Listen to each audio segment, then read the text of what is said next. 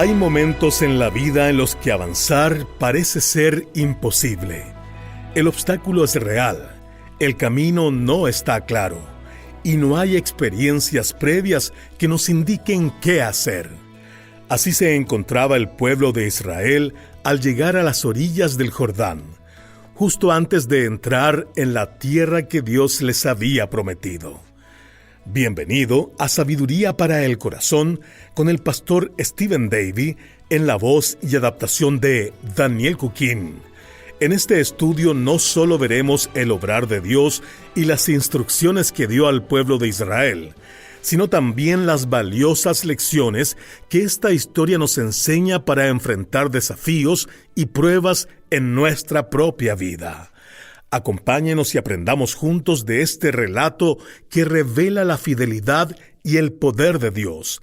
Le invitamos a escuchar esta lección titulada Cruzando el Jordán.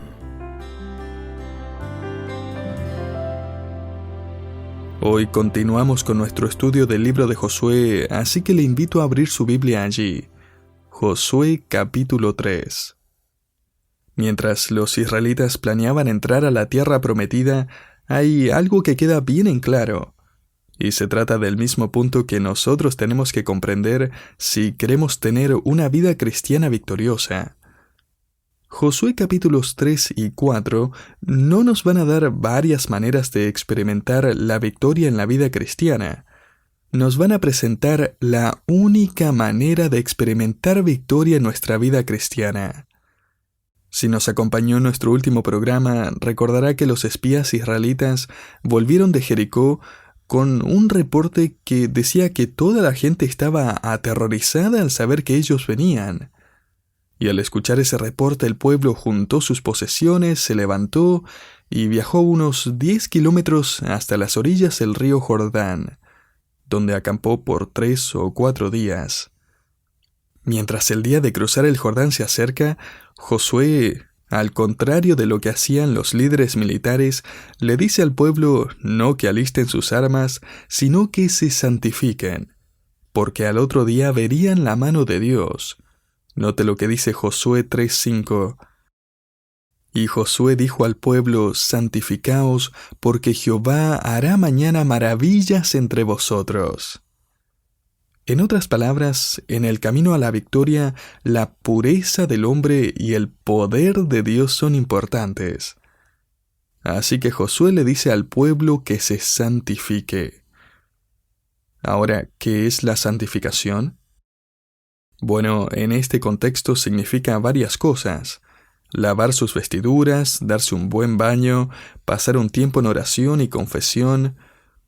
La santificación era algo que debía tomarse muy en serio. Josué les dice que se santifiquen. ¿Pero por qué? Porque el poder de Dios se iba a revelar. Su pueblo debía estar puro, preparado para aquello. ¿Por qué tenían ellos que pasar por todos estos rituales de purificación? Porque era crítico que los israelitas reconocieran que el poder de Dios iba a abrir las aguas del Jordán y ser capaces de comprender el valor de ese milagro. Y es que, querido oyente, nosotros podemos experimentar el poder de Dios, podemos ver la mano de Dios obrando, pero no comprender el valor de todo eso. Los israelitas necesitaban comprender cuando vieron que las aguas del Jordán se dispersaron, que si Dios es poderoso para hacer eso, entonces Él es poderoso para dispersar el ataque de sus enemigos. Era importante que ellos supieran que Dios era lo suficientemente poderoso como para darles la tierra. Un corazón sin purificar simplemente nos ciega la vista. ¿No le molesta saber que uno puede vivir la vida ignorando el maravilloso obrar de Dios, nunca reconociendo verdaderamente lo que está pasando? ¿Le molesta saber que Dios obra en el día a día en su vida y a causa de su falta de santidad ni se da cuenta? Este llamado a la santidad es para nosotros también. Josué no le pide al pueblo que afilen sus espadas, sino que se santifiquen, porque Jehová hará mañana maravillas entre vosotros. Dios no necesitaba personas astutas para conquistar Canaán. Él quería personas puras, por medio de las cuales conquistar a Canaán. Ahora, la dificultad para esta gente era el río Jordán. La palabra Jordán significa el que desciende, porque este río descendía literalmente desde el mar de Galilea hasta el mar del Arabá, o el mar de Sal, que hoy lo conocemos como el Mar Muerto. Este río descendía unos 350 metros en altitud, lo que causaba una corriente natural, pero no un torrente violento. Sin embargo, durante la estación lluviosa, que era durante la época de la cosecha, se desbordaba y llenaba lo que hoy conocemos como la planicie del Jordán. Esta planicie tiene entre 2 y 5 kilómetros de ancho. Cada año el Jordán se desbordaba y cubría esta área de aproximadamente 2 kilómetros de ancho. Y el pasaje nos dice que los israelitas se encuentran al borde del Jordán en ese período en el que el río estaba desbordado. Así que frente a ellos no se encuentra un pequeño arroyito o un río angosto de lecho poco profundo que podrían pasar con un buen salto, sino que están frente a un río de casi 2 kilómetros de ancho, con una corriente bastante fuerte. En términos humanos, no había manera posible en que el pueblo de Israel pudiera cruzarlo. Para ellos no era solo un obstáculo, era una imposibilidad. Y además de este problema encontramos una pequeña frase en la última parte de Josué 3:4 que dice: «Por cuanto vosotros no habéis pasado antes de ahora por este camino». Eso me encanta. Recuerde que esta generación, a excepción de Josué y Caleb, no había visto a Dios abriendo las aguas del Mar Rojo. No tenían ninguna experiencia de la cual podían decir: «Sí, vimos a Dios hacer algo así antes, así que sabemos que Él lo puede hacer ahora». Me imagino al pueblo allí parado, pensando: «Dios, tú quieres que entremos a la tierra, pero tenemos este problema en el camino. Tiene casi 2 kilómetros, y es profundo». Querido oyente, este río era un problema mayor para los israelitas.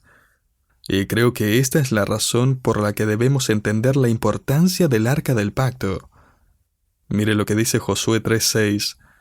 «Y habló Josué a los sacerdotes diciendo: Tomad el Arca del Pacto y pasad delante del pueblo. Y ellos tomaron el Arca del Pacto y fueron delante del pueblo». Así que los sacerdotes se ponen al frente y ahora leemos los versículos 9 al 10. «Y Josué dijo a los hijos de Israel: Acercaos y escuchad las palabras de Jehová vuestro Dios. Y añadió Josué: En esto conoceréis que el Dios viviente está en medio de vosotros, y que Él echará de delante de vosotros al cananeo, al eteo, al heveo, al fereceo, al gergeseo, al amorreo y al jebuseo». Versículos 11 al 12. «He aquí el arca del pacto del Señor de toda la tierra pasará delante de vosotros en medio del Jordán. Tomad pues ahora 12 hombres de las tribus de Israel, uno de cada tribu». Entonces el arca del pacto está guiando al pueblo en el camino a seguir. En un momento sabrán la razón. Mire lo que dicen los versículos 13 y 14. «Y cuando las plantas de los pies de los sacerdotes que llevan el arca de Jehová, Señor de toda la tierra, se asienten en las aguas del Jordán, las aguas del Jordán se dividirán, porque las aguas que vienen de arriba se detendrán en un montón». Y aconteció cuando partió el pueblo de sus tiendas para pasar el Jordán, con los sacerdotes delante del pueblo llevando el arca del pacto. Vamos a hacer una pausa aquí para comprender mejor el arca del pacto. El arca era una caja de madera de unos 60 centímetros de ancho por 1,20 metros de largo, recubierta en oro, lo que la hacía muy hermosa. Dentro del arca habían varias cosas importantes. Estaba la vara de Aarón que reverdeció, había un jarro con maná, que servía como un recordatorio constante de la provisión de Dios cuando el pueblo no tenía nada, Y también estaban las tablas de la ley, en las cuales Dios había escrito los 10 mandamientos.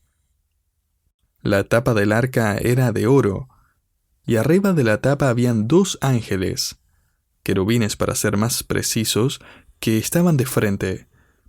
Sus alas se extendían cubriendo sus rostros. Las personas en aquel entonces creían que el poder de Dios, literalmente la presencia de Dios, estaba entre las alas de estos ángeles. Ahora, no es que Dios estaba dentro del arca, como lo muestran en algunas películas, sino que Dios estaba sentado sobre el arca, por así decirlo, entre los querubines. Entonces, el arca va a guiar, va a liderar el cruce del Jordán. ¿Qué significaba esto? Significaba que no eran un grupo de personas listas para ir de camping o para salir de paseo y ver si les gustaba la tierra. No iban pensando que los iban a recibir con los brazos abiertos. El pueblo de Dios iba marchando guiado por Dios, y ellos lo iban a seguir por fe. Aquí es donde aparece el desafío. ¿Notó cuándo partiría Dios las aguas? Cuando los sacerdotes pusieran sus pies en el agua. Querido oyente, ¿por qué es que Dios esperó hasta el final? ¿Por qué cree que no quiso partir el río la noche anterior? Lo pudo hacer. ¿Por qué cree que Dios los hace pasar por esto?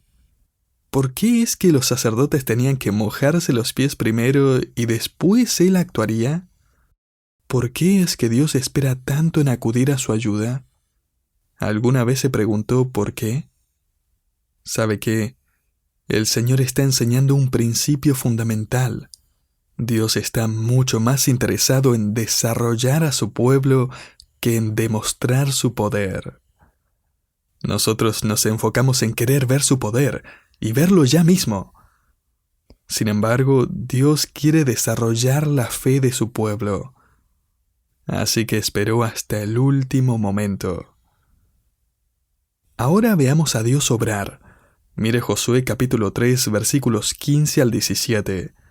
Allí leemos: Cuando los que llevaban el arca entraron en el Jordán, y los pies de los sacerdotes que llevaban el arca fueron mojados a la orilla del agua, porque el Jordán suele desbordarse por todas sus orillas todo el tiempo de la siega, las aguas que venían de arriba se detuvieron como en un montón bien lejos de la ciudad de Adam, que está al lado de Zeratán, y las que descendían al mar del Arabá, el mar salado, se acabaron, y fueron divididas, y el pueblo pasó en dirección de Jericó. Mas los sacerdotes que llevaban el arca del pacto de Jehová estuvieron en seco, firmes en medio del Jordán, hasta que todo el pueblo hubo acabado de pasar el Jordán, y todo Israel pasó en seco. El agua ahora está amontonada a unos 50 kilómetros de distancia, en la ciudad de Adam. ¿Por qué hizo Dios eso? Pienso que lo hizo para que esta montaña de agua fuera un testimonio de su poder, y también para que sirviera como una advertencia. Mi pueblo está en camino. Esto le dio a la gente de la tierra otra oportunidad de arrepentirse y dejar de lado sus armas. Ellos verían a Dios venir. Ahora hay un incidente que sucede en Josué capítulo 4 que me gustaría explicar en lo que nos queda de este programa. Mire lo que dice Josué 4 del 2 al 3. Allí leemos: Tomad del pueblo 12 hombres, uno de cada tribu, y mandadles diciendo: Tomad de aquí, de en medio del Jordán, del lugar donde están firmes los pies de los sacerdotes, 12 piedras, las cuales pasaréis con vosotros, y levantadlas en el lugar donde habéis de pasar la noche. Ahora vayamos a los versículos 19 al 20. Allí vemos ese primer lugar en el que acampan. Y el pueblo subió del Jordán al día 10 del mes primero, y acamparon en Gilgal, al lado oriental de Jericó. Y Josué erigió en Gilgal las 12 piedras que habían traído del Jordán.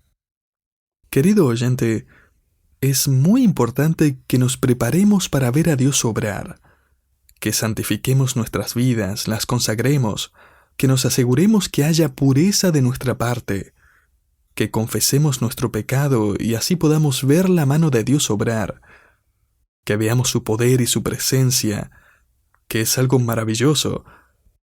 Pero también es crítico que recordemos las obras de Dios. Quizás uno de los mayores motivos por los que nos desalentamos en la vida cristiana es que nos olvidamos. Una de las amenazas más grandes a nuestra vida cristiana es nunca hacer una pausa para ver, para recordar cómo obró Dios en nuestras vidas. Probablemente todos los creyentes, quizás usted ahora mismo se ha preguntado en algún momento, ¿está Dios obrando? ¿Y sabe qué? La única razón por la que nos preguntamos eso es porque ya nos olvidamos de lo que Él ya hizo. Tal como escribió un autor, la superestructura de nuestras vidas está construida sobre el cimiento de nuestros recuerdos. Nuestra memoria nos instruye cómo vivir ahora. Otro escribió lo siguiente: los recuerdos de la mano poderosa de Dios obrando en nosotros forman el suelo en el cual nuestras raíces de fe crecen, se afirman y reciben nutrición. Ahora, la indicación de Dios a Josué fue muy clara. Mire lo que dice Josué 4 del 21 al 23. Josué repite el mensaje de Dios y habló a los hijos de Israel diciendo: cuando mañana preguntaren vuestros hijos a sus padres y dijeren, ¿qué significan estas piedras?, declararéis a vuestros hijos diciendo: Israel pasó en seco por este Jordán, porque Jehová vuestro Dios secó las aguas del Jordán delante de vosotros, hasta que habíais pasado, a la manera que Jehová vuestro Dios lo había hecho en el mar Rojo, el cual secó delante de nosotros hasta que pasamos. Entonces el pueblo de Israel erigió un monumento, un memorial de piedra. ¿Y por qué es importante esto? Permítame darle un par de razones. Primero, estos monumentos nos ayudan a no olvidar. Puedo estar tan preocupado con mis problemas presentes que puedo olvidar que Dios en el pasado me proveyó los recursos necesarios. Esto sucede porque nosotros, como seres humanos, solemos recordar lo negativo y catalogar nuestras derrotas. Tenemos los fracasos y derrotas anotadas en orden alfabético en nuestra mente. Están tan presentes cuando nos enfrentamos a un problema. Y como resultado, continuamos propagando una vida de derrotas. Una segunda razón por la que es importante erigir monumentos es porque nos recuerda de la importancia de agradecer. Quizás hoy mismo usted se encuentre en medio de una situación imposible. No sé lo que es, pero usted sí lo sabe, y Dios lo sabe también. Pero recordar los momentos cuando Dios obró en el pasado en lo que parecía ser una situación imposible, le da una oportunidad de hacer una pausa y agradecerle a Dios por lo que Él ya ha hecho. Muchas veces nos enfocamos en pedirle a Dios que haga algo ahora y nos olvidamos de alabarle por lo que Él ya ha hecho en nuestra vida. La tercera razón que encontramos en este pasaje es que la gente sería desafiada a compartir esta historia con la próxima generación. Varios años después, ese monumento de 12 piedras seguiría en pie. Un padre israelita llegaría al lugar con uno de sus hijos y el niño le preguntaría: «Papá, ¿qué son esas piedras? ¿Para qué están allí?» Y el padre le respondería: «Déjame contarte lo que pasó. Aquí es donde Dios mostró su poder para que nosotros hoy podamos disfrutar de todo lo que tenemos». Querido oyente, ¿qué van a escuchar nuestros hijos de nuestros labios? ¿Van a escuchar que vale la pena seguir a Dios? ¿Van a escuchar que Dios es poderoso? ¿Van a escuchar que podemos confiar en Dios? ¿O van a escuchar una larga lista de quejas, derrotas y palabras de desánimo? Si usted tiene hijos pequeños, grandes o nietos, tiene la tremenda oportunidad de contarle a la próxima generación el mensaje de que Dios está vivo, que Dios obra, que Dios ha obrado en su vida y que uno puede confiar en Él. Ahora me gustaría ir un poco más allá en términos prácticos porque pienso que todos tenemos el mismo problema del olvido. Me gustaría sugerirle a usted que comience a construir algo que podemos llamar una vitrina de trofeos. En esta vitrina vamos a poner los recuerdos del poder de Dios, de su presencia. Esta vitrina puede ser un cuaderno en el que escriba las cosas, puede ser un archivo en su computadora o en su teléfono, puede ser escribir canciones, puede escribirlos en su lista de oración. Sea lo que sea, construyamos una vitrina que esté llena del poder y la providencia divina. Permítame sugerirle algunas cosas que puede poner en esta vitrina. Primero, y permítame dejar esto bien en claro, rehúse poner cualquier derrota o fracaso personal. ¿Por qué? ¿Porque las queremos ignorar? No. El problema no es que ignoramos esas cosas, sino que muchas veces no las podemos dejar atrás. Siempre van a estar allí, así que no necesitamos escribirlas. Queremos una vitrina, no un cuadrilátero de boxeo, en el que lo bueno pelea con lo malo. Este es un lugar en el que recordaremos lo que Dios ha hecho. Así que rechace desde un comienzo poner cualquier fracaso allí. Pero en segundo lugar, visite lugares que tienen una importancia espiritual.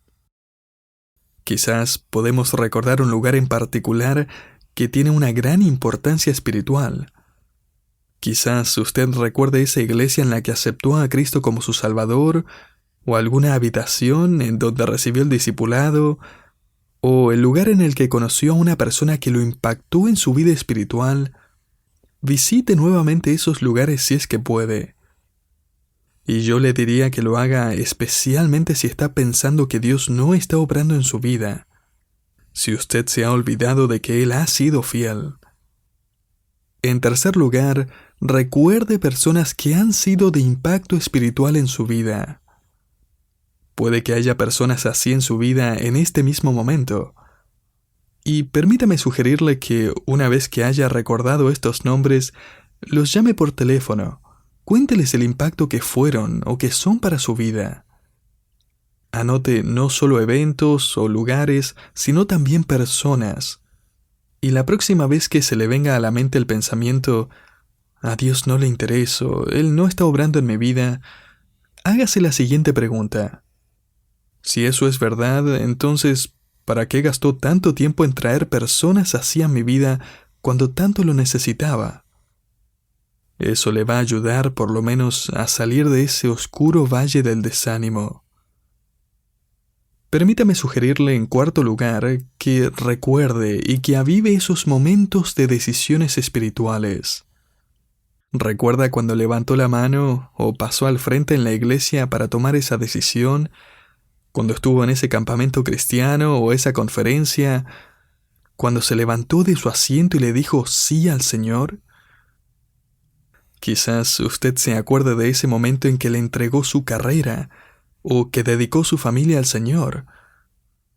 Renueve y avive esos momentos. Permítame hacer una última sugerencia. Anote los momentos de victoria espiritual. ¿Recuerda el momento en que Dios le respondió una oración? Seguramente, al igual que yo, usted no se acuerda de lo que oró el mes pasado. Probablemente sucedió.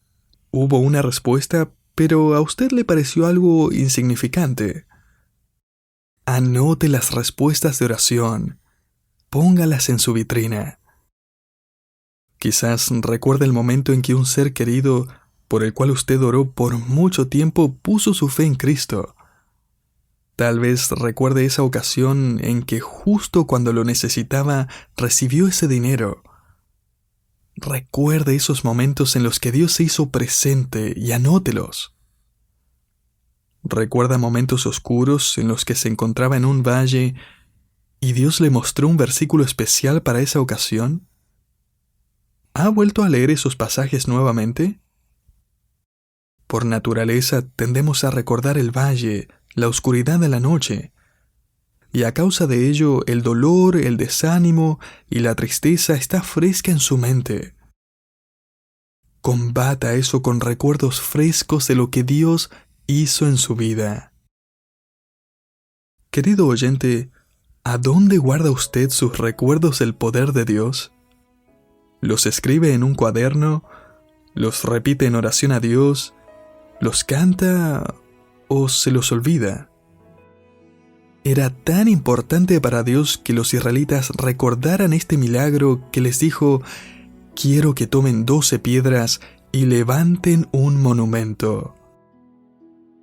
A propósito, podemos sacar otro principio aquí, y es que los monumentos no necesitan ser majestuosos para ser importantes.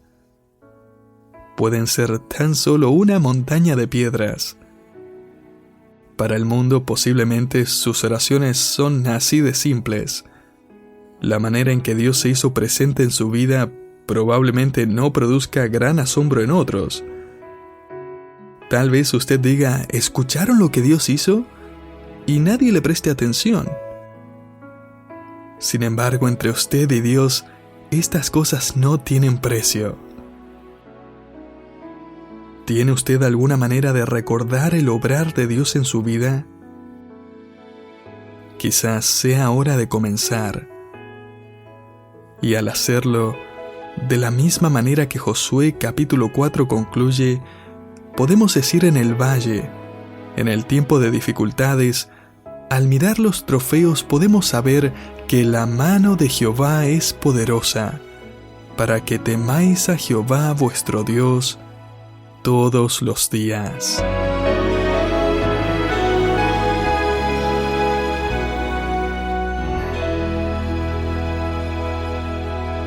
Cruzar el Jordán fue un momento decisivo para Israel, una clara demostración del poder y la fidelidad de Dios. Y cuando obedecemos su palabra, podemos reconocer su mano, descansar en sus promesas y avanzar con seguridad. Gracias por acompañarnos en Sabiduría para el Corazón, una producción del Ministerio Sabiduría Internacional. Hoy escuchamos la lección titulada Cruzando el Jordán. Antes de despedirnos, queremos invitarle a pensar en otras personas que podrían ser animadas por enseñanzas bíblicas como esta. Visite hoy sabiduriainternacional.org/compartir y con un solo clic podrás invitar a otros a suscribirse y recibir gratuitamente recursos que fortalezcan su vida espiritual. Puede compartirlos por WhatsApp, correo o redes sociales. Le esperamos en el próximo programa para seguir aprendiendo juntos de la palabra de Dios.